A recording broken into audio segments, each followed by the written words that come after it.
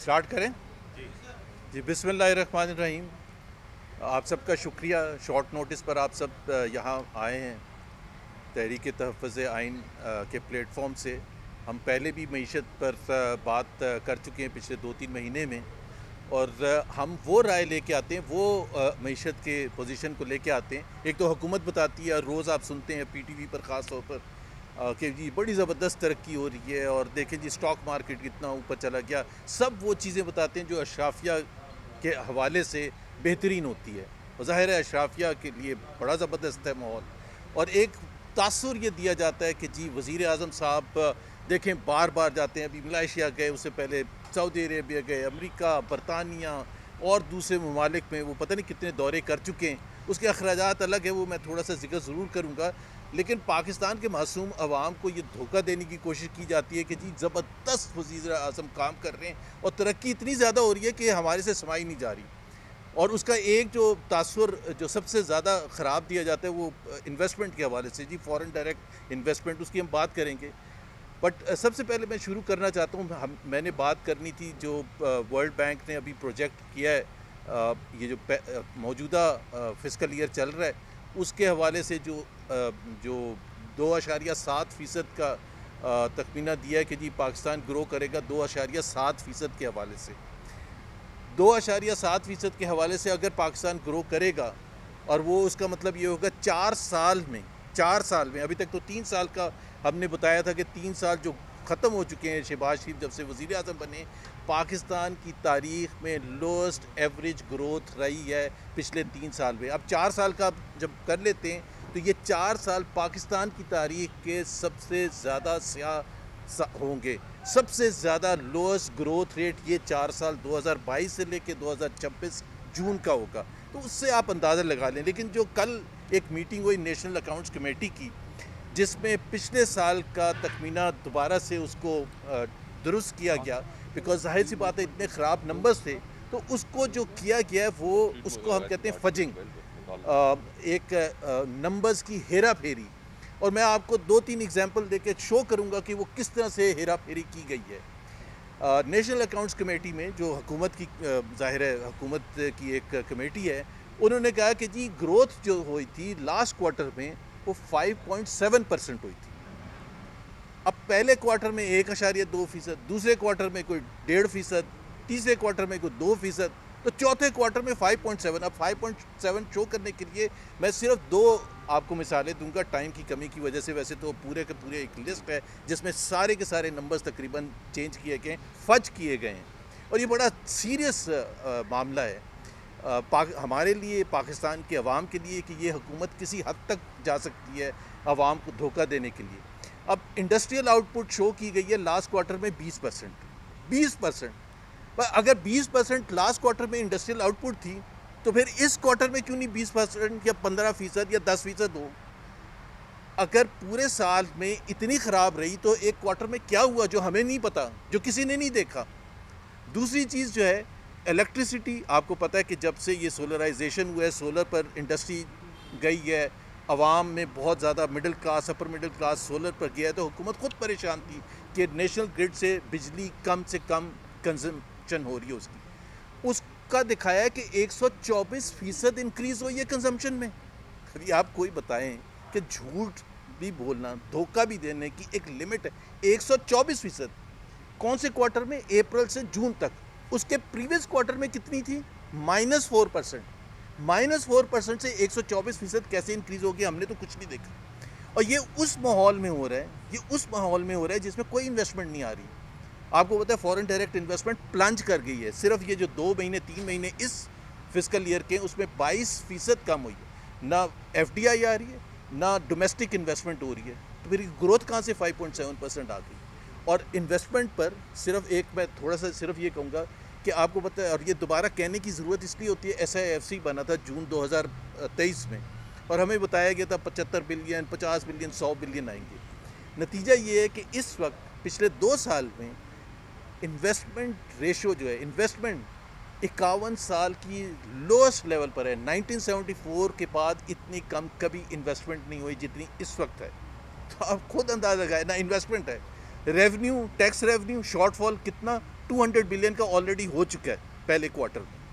مہنگائی 5.6% جو highest in last 12 months ہے. اچھا اب یہ اگر اس کو ہم یہ جو میں نمبرز کی بات کر رہا تھا کہ کس طرح سے فج کیے گئے ہیں, اس کو میں ریلیٹ کروں گا اور یہ بڑا امپورٹنٹ ہے. آپ نے سنا ہوگا یہ 4 دن پہلے آئی ایم ایف کا جو وفد اس وقت پاکستان میں بیٹھ کے بات چیت کر رہا ہے, انہوں نے پوائنٹ آؤٹ کیا, آئی ایم ایف نے پوائنٹ آؤٹ کیا اور عوام تک وہ بات پہنچی کہ پچھلے 2 سال میں ہم نے امپورٹس کم شو کی ہیں $11 بلین کی. $11 بلین کی امپورٹس ہم نے کم شو کی. اب آپ امیجن کریں کہ تقریباً $5.5-6 بلین پر ایئر, یہ 2 سال میں $11 بلین. حکومت نے 4 دن میں ابھی تک کوئی جواب نہیں دیا کہ وہ $11 بلین کیسے آپ نے کم شو کیے. اگر امپورٹس $11 بلین غلط شو کی تھی, اس کا مطلب ہے ہر ٹریڈ نمبر غلط تھا. ٹریڈ ڈیفیسٹ بھی غلط رپورٹ کیا تھا, اس کا مطلب ہے کرنٹ اکاؤنٹ ڈیفیسٹ بھی غلط رپورٹ کیا تھا. تو اگر آپ یہ سب چیزوں کو اندازہ لگائیں کہ یہ حکومت اگر $11 بلین کا گھپلا کر سکتی ہے, کوئی کم اماؤنٹ نہیں. یہ پاکستان کی تاریخ میں ایسا کبھی بھی نہیں ہوا. میرا خیال ہے دوسری کوئی حکومت ہوتی ہے وہ گر جاتی اسی بات پر کہ $11 بلین کا آپ نے گھپلا کیا ہے, انڈر رپورٹنگ کی ہے, حکومتی ادارے نے کی ہے اور کوئی پکڑ دکڑ نہیں, کوئی اکاؤنٹیبلٹی نہیں ہے. کوئی وزیر اعظم کو تو شاید پتہ بھی نہ ہو کہ اس کا مطلب کیا ہے, کیونکہ وہ تو سمجھ رہے ہیں کہ بہت زیادہ ترقی ہو رہی ہے. وہ شاید اس کو بھی سمجھے کہ $11 بلین جو کم رپورٹ ہوئے ہیں یہ بھی کوئی ترقی کا حصہ ہے.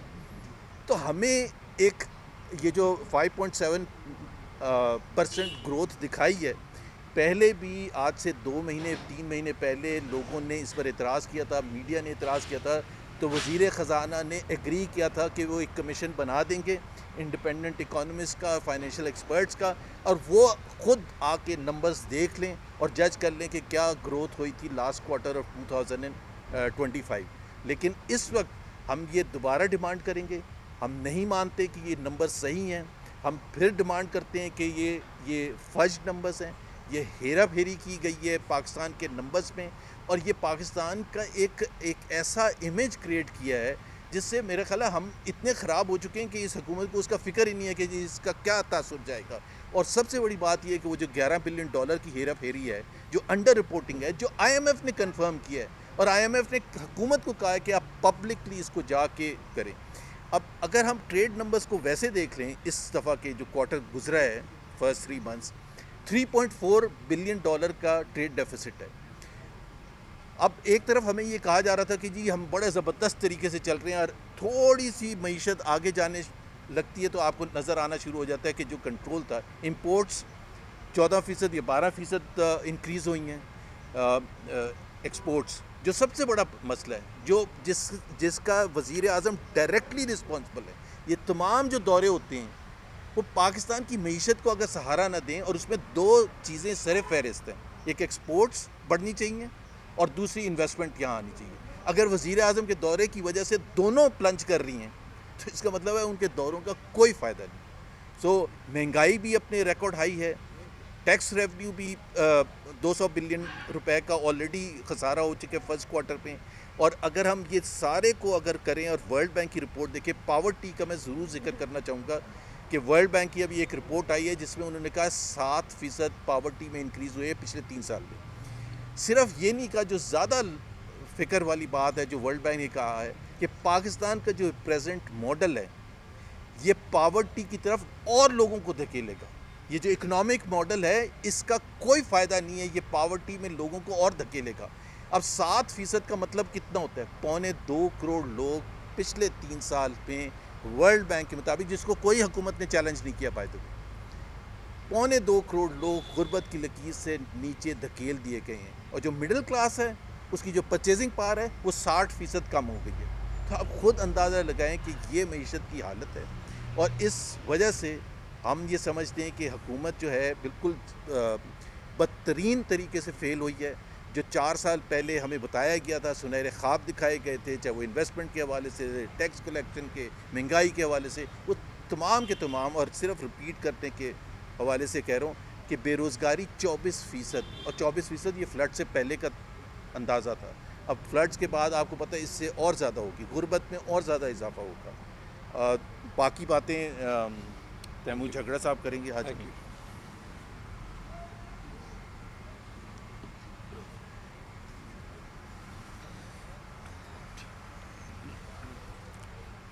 بسم اللہ الرحمن الرحیم. اچھا جی، میں بات انویسٹمنٹ پہ اور جو کارپوریٹ سیکٹر ابھی پاکستان سے ایک کمپنی کے بعد دوسری جا رہی ہے، بات تو میں اس پہ کروں گا. لیکن جو زبیر صاحب نے فگر فجنگ کی، یعنی نمبروں کی ہیرا پھیری کی بات کی، مجھے تو ویسے کوئی حیرت نہیں ہوتی. افسوس کے ساتھ مجھے اپنا الیکشن بار بار یاد آ جاتا ہے. تو اگر 1000 ووٹ 25,000 ووٹ سے زیادہ ہو سکتے ہیں اور 10,000 ووٹ 1.5 لاکھ ووٹ سے زیادہ ہو سکتے ہیں، تو پھر میرے خیال میں یہ زبیر صاحب 1% سے 5% کرنا یہ معمولی بات ہے. دیکھیں، میرے خیال میں یہ نظام سچ سننا نہیں چاہتا، لیکن سچ یہ ہے کہ پاکستان کی اکانومی کہیں نہیں جا رہی. یہ جس کو سٹیبلٹی کہتے ہیں نا، کہ اکانومی سٹیبل ہو گئی. ایک مرا ہوا گھوڑا بھی سٹیبل ہی ہوتا ہے، پڑا ہوا ہوتا ہے، سٹیبل طریقے سے ہی پڑا ہوا ہوتا ہے نا. ٹھیک ہے. ابھی میں نے دیکھا کہ دنیا کی سب سے بڑی retail company Procter and Gamble, اس نے پاکستان کو چھوڑا، اور حکومت کے جتنے ریپریزنٹیٹیوز تھے، جتنے ان کے سرکاری جرنلسٹ ہیں، ولاگر ہیں، وہ کہہ رہے کوئی بات نہیں، کمپنیاں آتی ہیں جاتی ہیں، یہ چلی گئی تو کوئی اور کمپنیز آ گئیں، ان کا بزنس جو ہے وہ کوئی اور کمپنیز لے لیتی ہیں. یہ سچ نہیں ہے.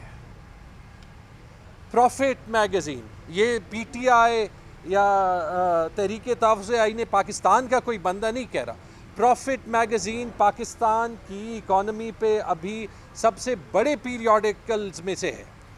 اس نے اپنے ابھی جو اس ہفتے کی کور سٹوری کی ہے، اس نے کہا ہے کہ یہ میں ٹرانسلیٹ کر کے بتاتا ہوں کہ جتنا بھی آپ کا خیال ہے کہ پراکٹر اینڈ گیمبل کا پاکستان سے چھوڑنا پاکستان کے لیے خراب ہے، جب آپ ہماری سٹوری پڑھیں گے تو آپ کو پتہ چلے گا کہ وہ اس سے کئی درجے زیادہ خراب ہے. There are no two ways to say it, کہ کوئی دو رائے اس میں نہیں ہے کہ پی این جی جو ہے وہ پاکستان کے لیے ضروری تھا، لیکن آج کا پاکستان پی این جی کے لیے ضروری نہیں تھا. تو سب سے پہلی بات تو یہ کہ یہ صرف پراکٹر اینڈ گیمبل نہیں تھی. آپ اگر صرف یہ لسٹ دیکھ لیں کہ رجیم چینج کے بعد کون کون سی بڑی کمپنیاں جو ہے وہ پاکستان کو چھوڑ کے گئی ہیں، میں آپ کو چند مثالیں دیتا ہوں. پراکٹر اینڈ گیمبل جو نہ صرف دنیا کی سب سے بڑی ریٹیل کمپنی تھی، جس نے 2019 میں جب عمران خان پرائم منسٹر تھے، انہوں نے کہا تھا کہ ہم پاکستان کو لانگ ٹرم کمیٹڈ ہیں. تو کیا بدلا 5 سال میں کہ وہ لانگ ٹرم کمٹمنٹ جو ہے وہ ختم ہو گئی.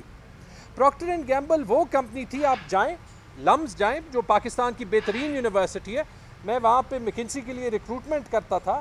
ہماری جو کمپٹیشن ہوتی تھی کہ کون سی کمپنی جو ہے وہ ٹاپ گریجویٹس اٹھاتی ہے، وہ میکنسی اور پراکٹر اینڈ گیمبل کی ہوتی تھی.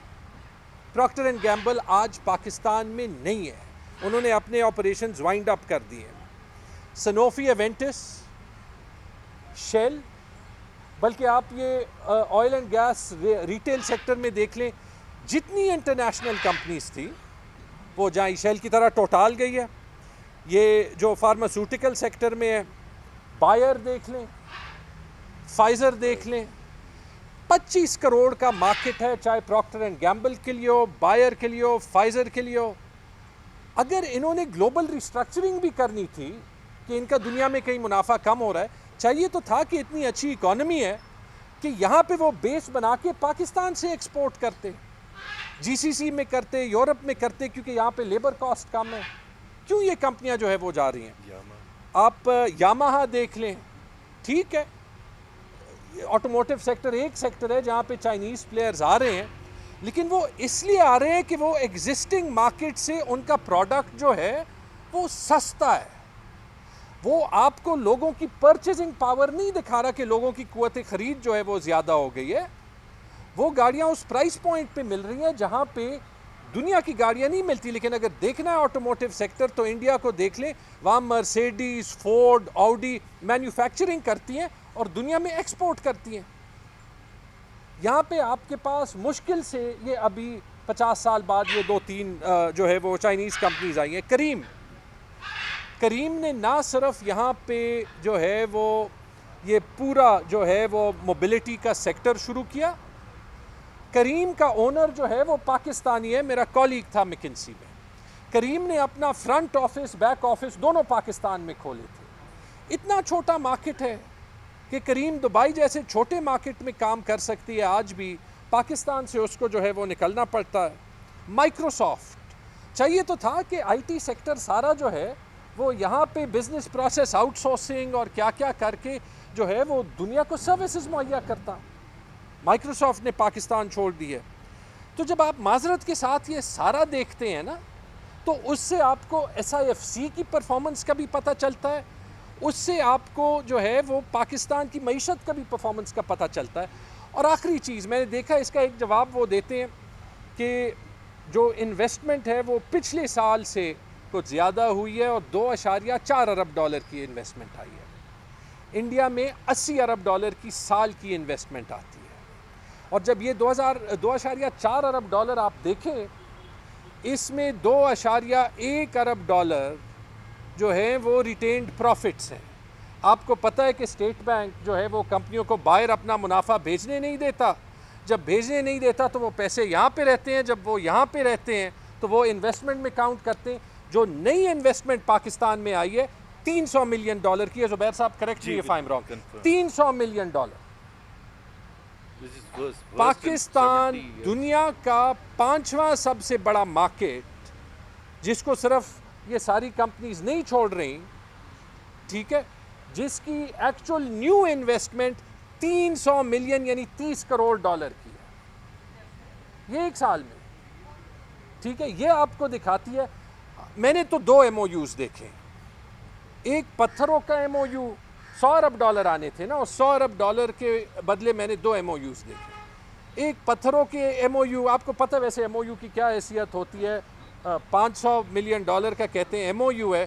اس کمپنی کا ویب سائٹ دیکھیں، اس کمپنی کا جس کو ایم او یو دیا ہے $7 ملین کی اینول ریونیو ہے. $7 ملین کی جس کمپنی کی حیثیت ہو سال میں منافع بھی نہیں، انکم کمانے کی، وہ $500 ملین یعنی کہ ایٹ دس ریٹ 50 سال میں پاکستان میں $500 ملین وہ انویسٹ کر سکے گا اگر اس کا سارا ریونیو پاکستان سے آئے. دوسرا وہ میں نے البیک چکن کا ایم او یو دیکھا تھا، اس میں بھی پرائم منسٹر صاحب اور ساری ایس آئی ایف سی بیٹھی تھی. اس میں بھی مجھے کریکٹ کر دیں، آج تک البیک چکن کی دکان نہیں کھلی پاکستان میں. کھل جائے گی. کھلی تو نہیں نا ابھی، 1.5 سال ہو گیا. سعودی میں کے ایف سی کی طرح بڑا اچھا چکن ہوتا ہے، جب اگر آ جائے ضرور کھا لیں. تو یہ میں نے جو ہے وہ، میں ابھی اس پہ آتا ہوں، یہ میں نے انویسٹمنٹ کی کہانی آپ کو بتانی تھی. یہ سارا کچھ جو ہے، جو بھی یہ گورنمنٹ کے کامنٹیٹر ہیں یا ان کے جو لفافی جرنلسٹس ہیں، ان سے یہ ضرور پوچھیں. اچھا، اس کے ساتھ آپ یہ دیکھ لیں کہ جو زبیر صاحب نے بات بتائی، میں 2 باتیں اور کرنا چاہتا ہوں. جو زبیر صاحب نے کہا کہ ورلڈ بینک کی رپورٹ میں آیا تھا کہ پاکستان میں according to the international poverty standard, ایک تو ہمارا اپنا پاورٹی سٹینڈرڈ ہے، ہم کم کر دیتے ہیں، اس کے مطابق پچھلے 3 سال میں پاورٹی کی سطح یعنی غربت کی سطح 18% سے 25% تک گئی ہے. انٹرنیشنل سٹینڈرڈ کے مطابق 45% پاکستانی انٹرنیشنل پاورٹی لائن سے نیچے ہیں. اور وہی ورلڈ بینک کی رپورٹ کہتی ہے کہ یہ معیشت کا ماڈل چل نہیں سکتا. یہ آپ کو پروکٹر اینڈ گیمبل بھی کہہ رہا ہے، یہ آپ کو شیل بھی کہہ رہا ہے، یہ آپ کو ٹوٹال بھی کہہ رہا ہے، یہ آپ کو کریم بھی کہہ رہا ہے، یہ آپ کو فائزر بھی کہہ رہا ہے، یہ آپ کو بائر بھی کہہ رہا ہے، یہ آپ کو پاکستانی انویسٹرز بھی کہہ رہے ہیں. مجھے بتا دیں کون سی پاکستانی جو ہے وہ بزنس ہاؤس نے یہاں پہ پیسہ انویسٹ کیا. گل احمد جو اپیرل بزنس تھا، میرے خیال میں انہوں نے سارا بند کر دیا. کیوں بند کر دیا؟ کیونکہ یعنی مطلب یا پاکستان سے ڈیمانڈ نہیں ہے، یا یہاں پہ بجلی مہنگی ہے، یا جو بھی ان پٹ فیکٹرز ہیں وہ آرڈرز ٹائم پہ نہیں دے سکتے، یا آپ نے سپر ٹیکس لگائے ہوئے ہیں. ٹھیک ہے، تو یہ اکانومی تو چیخنا چاہتی ہے، لیکن آپ فیڈ بیک کا موقع تو دیں تاکہ آپ اس کو ٹھیک کر سکیں. آخری بات جی، میں چیف منسٹر پنجاب کو سن رہا تھا، آج کل وہ اور پیپلز پارٹی والے بزی ہیں ایک دوسرے کے ساتھ نورہ کشتی کرنے میں، لیکن انہوں نے ایک بڑی خطرناک بات کی ہے. لگتا ہے کہ ڈیسپریشن میں، کیونکہ جو بھی وہ کریں ہر روز جو ہے وہ 24 گھنٹے ٹی وی پہ ہوتی ہیں، لیکن پاپولیرٹی انہیں بھی پتہ ہے ان کی نہیں بڑھ رہی، تو انہوں نے ایک نیا پنجاب کارڈ استعمال کرنا شروع کر دیا، میرا پانی میری مرضی، پنجاب پہ کوئی تنقید نہیں کر سکتا، اس کا تو جواب پیپلز پارٹی والوں نے ہی دے دیا کہ آپ تو پنجاب نہیں ہیں، ٹھیک ہے۔ آج خیبر پختونخوا میں آٹا جو ہے وہ رکا ہوا ہے کیونکہ لگتا ہے کہ میرا آٹا میری مرضی۔ مصطفیٰ بھائی مجھے کنفرم کر کے دے سکتے ہیں، آرٹیکل 15 گارنٹی کرتا ہے کہ جو گڈز ہیں وہ سارے جو ہیں ان کی پاکستان میں فری موومنٹ ہونی ہے۔ یہ آپ کون سا کھیل کھیل رہے ہیں؟ پھر کل آپ کسی کو ذمہ دار ٹھہرائیں گے جب خیبر پختونخوا میں ہم کہیں ہماری ڈیم ہماری مرضی، ہماری بجلی ہماری مرضی، سندھ والے کہیں ہماری بندرگاہ ہماری مرضی؟ بڑے صوبے پہ رسپانسبلٹی زیادہ ہوتی ہے، یہ گیم جو ہے وہ نہ کھیلیں۔ آج اگر پنجاب میں آپ جو ہے وہ آٹا کی وہ آٹا تو تب بھی خیبر